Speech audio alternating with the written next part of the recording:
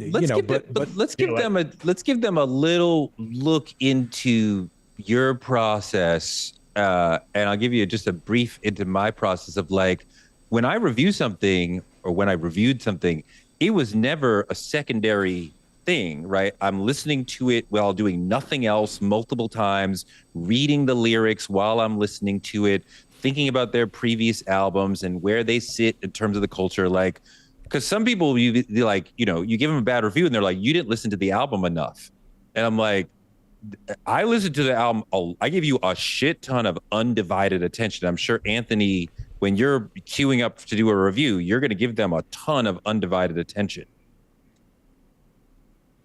I mean, that's my goal. I mean, you know, I'm focusing on exactly a lot of the things that you just said. I mean, the album review I just put up of the new Imperial Triumphant album in the last 24 hours. I mean, that involved sort of like, you know, going over a new record from a band that has 5 or 6 past albums. They've been making records for the past decade plus. The record itself is like this big kind of concept album about, you know, wealth inequity, and weirdly ties in with like old cigarette ads from, you know, like the Depression era and stuff like that. Like, you know, I try to do my best to sort of like focus on what is the story the artist is telling, if they are even in fact trying to do that, or, you know, even just like build a record around a sound, and, you know, try to, again, analyze the lyrics if they're really trying to sort of like, if they're even an artist that emphasizes, you know, sort of like a focus or, you know, the quality of the lyrics, as some artists like aren't as lyrical as others. You know, I'm just trying to sort of like digest the album and listen to it multiple times over and just kind of pick out what stands out to me, what doesn't, for both good and bad reasons. You know, I think, I sort of like echo your sentiments earlier in terms of like, if there's a certain number of tracks from a project that I've enjoyed, like if half the songs are fantastic to me or I keep coming back to them, but the rest are just okay, you know, I could see myself landing at like a 6 or a 7 out of 10 on that project. And for me, anything above a 5 is like vaguely or very positive. So, you know, the thing is, there are lots of 7 out of 10 albums that I find myself coming back to tracks from over and over and over. And just because something's a 7 out of 10 doesn't mean it's like terrible, or like I've suddenly like lost all faith in the artist and so on and so forth and never want to hear their music again. You know, there's just like a bunch of tracks on there I like. There's a bunch that I don't. And, you know, in regards to a review, I just try to do my best to sort of justify what it is I am enjoying and what's standing out to me about the album as being supremely good or impressive, and what is kind of falling short. What's your process, Ketchum? I try to listen through different context. I'll give it I'll give it multiple listens where I'm just sitting down on my computer, not doing anything. I'll give it, I'll give it a listen while I'm walking. I'll give it a listen while I'm driving, when I used to drive before I moved to New York City. I'll listen on the train. I'll listen while working out. And like that can be really helpful. Like Kendrick's GNX album, for example, I wasn't really crazy about it while I'm just like sitting at my desk, right? But like if I'm listening to it while I'm cleaning up the house, if I'm listening to it while I'm on the train, it's like, wow, like motion really helps, like the direction of this album. You know, my process has evolved over the years. You know, I used to be very regimented when I first started writing things. I had a 10-point scale, and I thought about all of them and the album based on every category within that 10-point scale. I'm a big proponent of looking at things from how useful is an album at the same time. Because again, it's like there is a balance to me between art and utility, right? Music is art, of course, but there is a utility to it.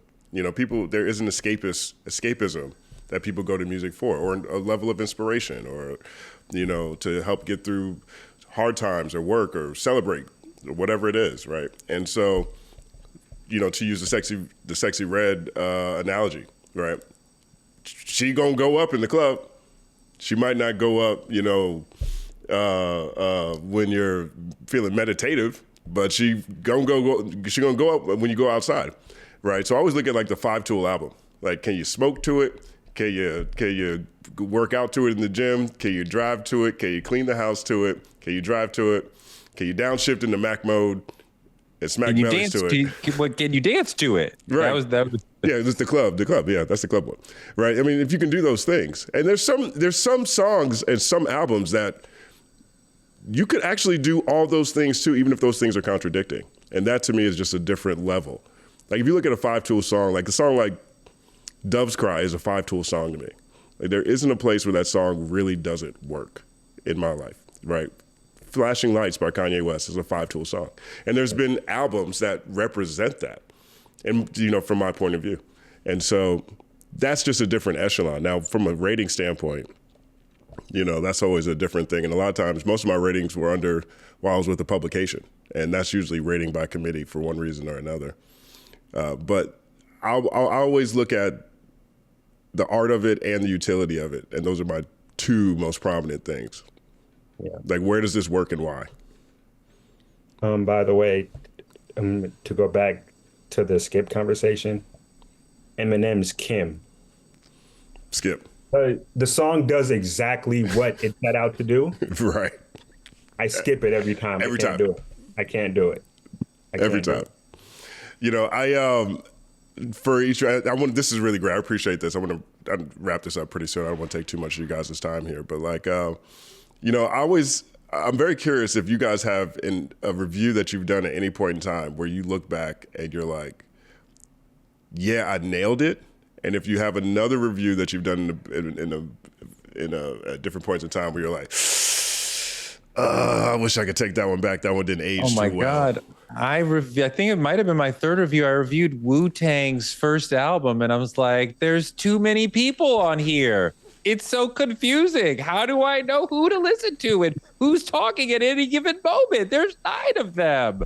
Streamline this thing. Oh my God. If I could scrub that from the internet. Thank God nobody brings that up. As Anthony has an issue, people are like, oh, Anthony said this about this and that about. People don't do that to me. So thank God, because you totally could. If there's any other huge misses from me, I mean, I did, what was it? I did Janet Jackson's big album. It was Control, and then it was Rhythm Nation. And then what was the one after Rhythm Nation? Is that Janet? Yeah. Velvet Rope. It's Velvet Rope, right? No, I reviewed Janet. Okay. In Rolling Stone, and they gave me it was a double box. It was a huge deal. So instead of a 500-word review, it was an 800-word review. And instead of it appearing like this, it was like this. And I think I just was exuberant about the album and I understood the whole vibe and I explained it in a really clear and enthusiastic way. And it was definitely a stepping stone moment in my career in terms of a lot of people at my publication, Rolling Stone, and other publications were like, oh shit, that was really, like, he wrote the fuck out of that. Like, let's see what else he can do. So not really thinking about it on the musical side, but on the career side, that was a big review for me. Ketchum, what you got? The album review that I nailed was the review of Ye by Kanye West. I reviewed it for Double XL, and the idea that I had going into it was like, we often think of how these like traumatic experiences for artists often end up making the best art, right? So if an artist goes through a breakup, it's like, oh shit, like the next album gonna be crazy. Oh, like if this artist dealt with a death in the family, this is good, this is gonna be crazy.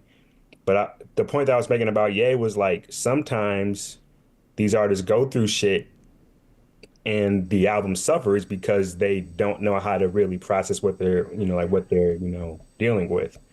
So I thought that I nailed that review. And I think it was like it was a harbinger for where his career would go after that point, kind of based on the issue that I brought up there. An album that I will forever regret is my Hip Hop DX review for Mos Def's The Ecstatic. Oh my God, I remember that one now. This is the thing. I didn't shit on the album. I didn't shit on it. I gave it a 3.5. Which is a high rating, all things considered, especially out of 5. I was talking to Jake Jake Payne, shout out to Jake Payne. And I was like, listen, this album is a 3.5 to me now, but it's going to be a 4 or higher to me within the next 2 months, but I don't know why. And I can't explain how it's going to be a 4 or higher yet, but I know it's going to be. So why didn't you give it a 4? Because I couldn't like articulate what made it higher than like what it was at the time. That sounds like a super fan perspective right there. Like, I know I'm gonna like it because I love this artist so much. I don't understand how you know you're gonna like it more, but you didn't lean into that of like, all right, well, I'll give you the 4 since I know I'm gonna get there. I mean, I wasn't able to explain it as well as I wanted to, I guess, at that time. I remember that review too, because I think you did a blog about it after you wrote the review, and you were talking about how, or maybe you talked about it on social media, but I think one of the things that you critiqued yourself on was that you felt like it was more of a comparison to his previous work. Yes. The way you wrote it. He released it on the anniversary of Black on Both Sides. Right. And, I was like, okay, maybe I'm comparing it too much to that, even if the release date was intentional. Right. And I think that I was, even though the New Danger and, even though the New Danger sort of showed a different direction that he was taking, I don't know. I just felt like it was going to take me longer to really process how great the album was. I liked it the whole time. I didn't love it until later. Right. So I'm like, fuck, like, if I can't justify how it's going to be, and what's going to make it better, then I guess I just got to give it this 3.5 now. Did you have editorial pressure? That's what Jake said. Say what? Yeah. Did you have editorial pressure on that? You said that's what Jake said. Okay. Well, Jake was basically like, hey, like if you can't lay out the 4, then we got to do the 3.5. Right. And DX was stingy.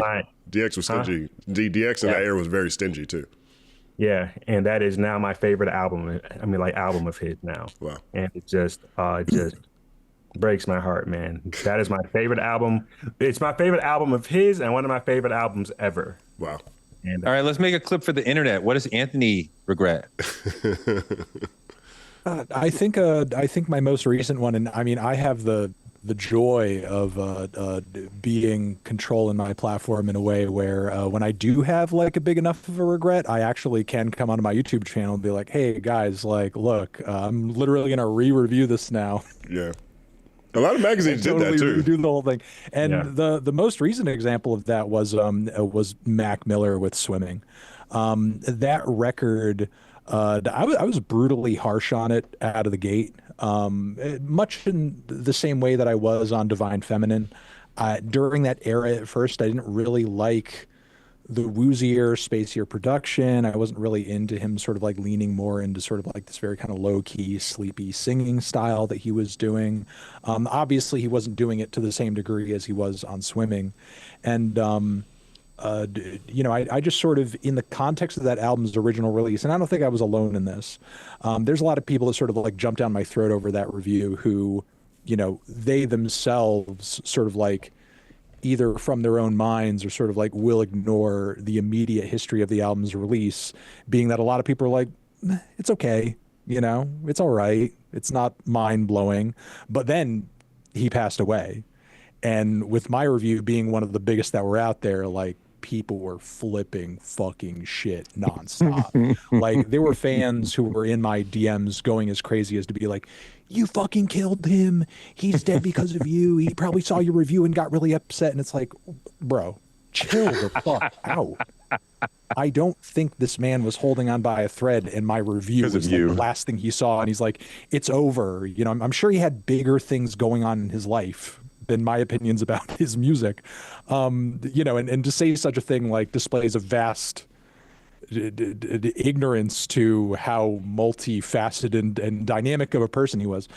He actually had messaged me in the past, like around when I did my review of his Blue Slide Park album, which, I mean, at the time, like, he sort of knew why a lot of fans reacted to it negatively because it was way poppier and more commercial than like his mixtapes up until that point.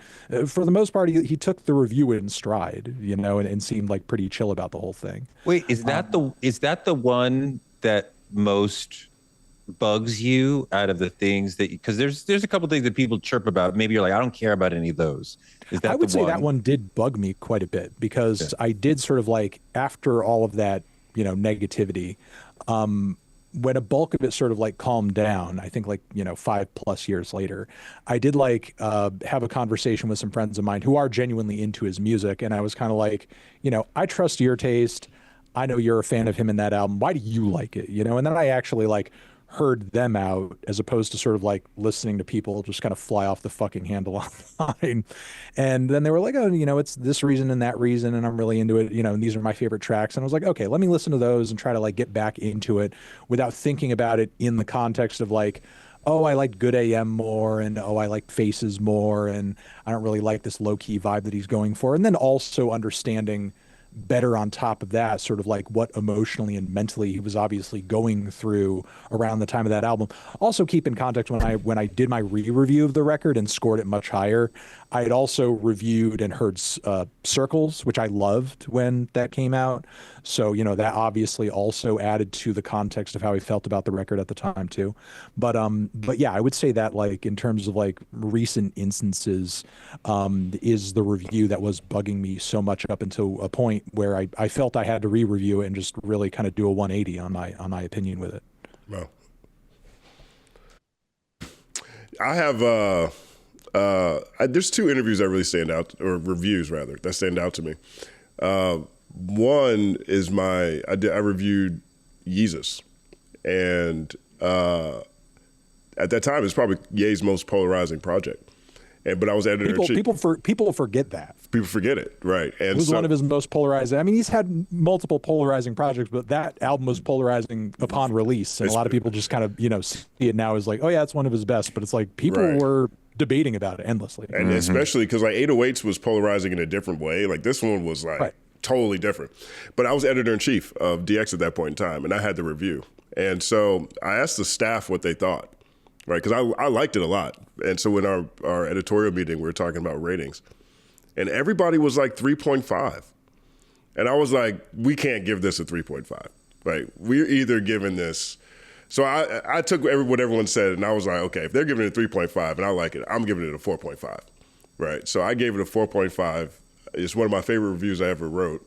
And I got drilled in the comment section. I got drilled for praising that album for the first 18 months. And then ever since then, people look at that project so much more favorably. And in the years following that review, I was watching the rating improve on that same review, because the review went really viral too. So I love that one because I took a risk there, and it ended up being the right risk. But I'm a big proponent of, with certain projects from certain artists, if they're outside of what they do, we either go really high because we like the risk that they're taking, or we go really low because they lost themselves. I don't think it makes a difference to play the middle on something like Yeezus at that point in time. So that one worked out. And the regret I have is my To Pimp a Butterfly review, which I had too. Now, I gave it a 5. I got the rating right, but I'm very disappointed in myself in how I wrote it. And the album I think it was a surprise drop. South by Southwest was happening that same week. In the internet era with reviews, you have like basically 2 days to figure it out and write about it. Here's this brawling, onion worth of layers to pull out of this project. My Good Kid, Mad City review at that point in time was the most read review in Hip Hop DX history, and I got that one right. And so there was a lot of pressure on me, and I had to fly to South by Southwest, or to South by Southwest, yeah. And so I'm writing this on a plane. I'm trying to get it up fast to hit the deadline. I check into my hotel, I finish it off, I publish it, and I just had to take my eyes away from it for, half a day or so, and I came back, and it was like grammatical errors in it and shit. Like it was written very quickly, right? But nobody noticed because the rating was right. So in both those situations, it was to the audience, it was less about the pros in the conversation and all about the rating. And that to me was a turning point in how I started looking at what was happening in the album review space overall. Because there are a lot of places at that same point in time stopped putting ratings on things altogether.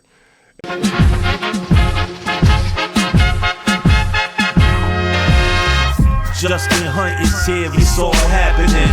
Justin Hunte is here, it's all happening. The mathematical breakdown of this mighty game of rap we in. It's boom bapping in. Systematical culture views us radical, it's all happening. Shaking hands and dapping it. Life through the lens of hip hop, from trip hop to yes, yes, y'all. You don't stop, you don't stop. Justin Hunte is here, it's all happening. It's all happening, yes, it's all happening. Justin Hunte is here, it's all happening. It's all happening, yes, it's all happening.